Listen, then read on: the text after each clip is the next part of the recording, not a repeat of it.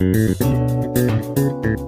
fellows, Needview here. So for today, I'm here to highlight the many flaws that Genshin has, as many others have already spoken about. On top of that, I'll provide my insight on the problems and how to fix or improve them. And I know whoever won't listen to any of us, no matter how vocal we can be. I hope that'll change a bit soon enough. So if you have your own approach or disagree with any of my takes, please tell me in the comments below as well. So anyway, let's start off with a glaringly huge problem that many of the player base already have a problem with. That would be the resin system. So since Genshin is a mobile game, it has to cater to it a little bit in that area. So resin, if you don't know it for some reason, is the energy system which you use for almost about everything. Domains, bosses, and stuff like ley lines. It's the core essential need if you want to upgrade your characters at all. Oh, and also, resin is needed for most of the daily gameplay for Genshin, since there's really only going to be two things that you're doing daily, those being completing daily commissions and depleting your resin on domains. So basically without it, you can't really do much.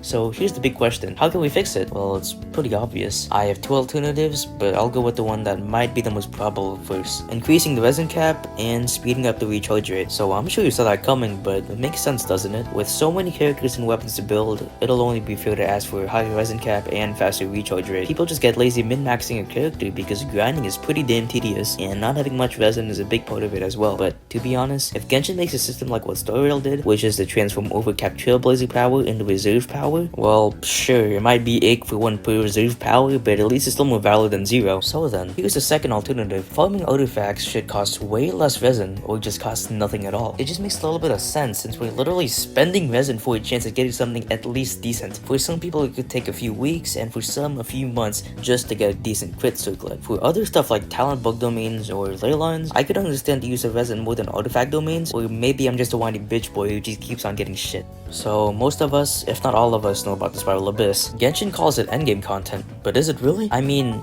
it has been the closest thing we got in the endgame, because other than that, there's barely anything else other than just to wait for new content to come out. All I'm asking for is pure endgame content focused on combat, which doesn't just increase the HP of everyday bosses, unless you do it correctly. Star Rail Swarm Disaster is a nice example of endgame content. Its rewards are much better than Spiral Abyss, and there's much more to do than just to fight in Spiral Abyss, and it's pretty difficult without having the need of a timer over your head. So obviously, Genshin can't really do the same thing since the combat is pretty different, but it should still take some inspiration from it, like it has many other times already. That's about all I'd say for this particular category. So if there's any other way of endgame in Genshin Impact that seems approachable, please tell me in the comments below, since I think your take might be interesting, as I think combat's the only way to go for endgame. So we've definitely all heard of the term meta before when playing Genshin Impact, and if you haven't, please don't watch my video on it. So anyway, we do know that as more characters come out, the more AP they get, right? So what I'm saying is, why don't they just buff old characters? Well, you know, I think the main reason is that Hoyo doesn't do any of that because they just want their new characters to appeal more, and I guess that makes sense. But if they review on an old character, not many people would want them if we're speaking on the gameplay side, that is, because you can go ahead and roll a character if they're interesting to you. So with power creeping out of the way, and onto unique character kits, units like Child and I'll Hate Them are amazing because their gameplay is as well.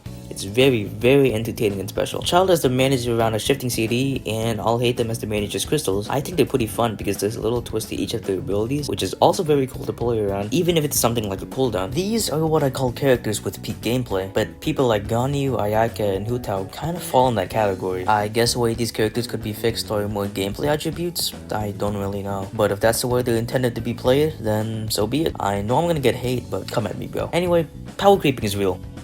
Now here's the biggest of them all, an actual skip button. Like, come on man, even Persona 5 has a very heavy dialogue game.